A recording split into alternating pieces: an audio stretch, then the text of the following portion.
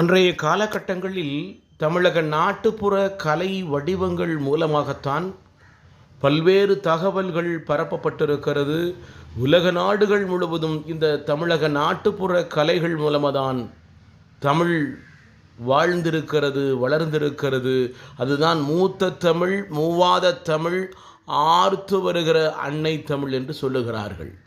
அந்த வகையில் தமிழ் நாட்டுப்புற கலைகள் அழிவதற்கு மூல காரணம் யார் என்று சொன்னால் தமிழர்கள்தான்.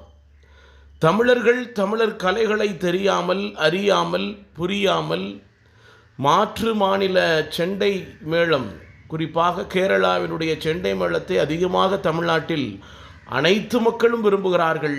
இதனால் தமிழக நாட்டுப்புற கலை வடிவங்கள் எல்லாம் நலிவடைந்து கொண்டிருக்கிறது.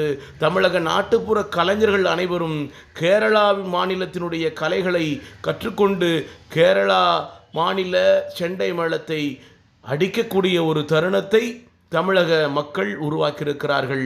குறிப்பாக அரசியல் பிரமுகர்களும் உருவாக்கியிருக்கிறார்கள்.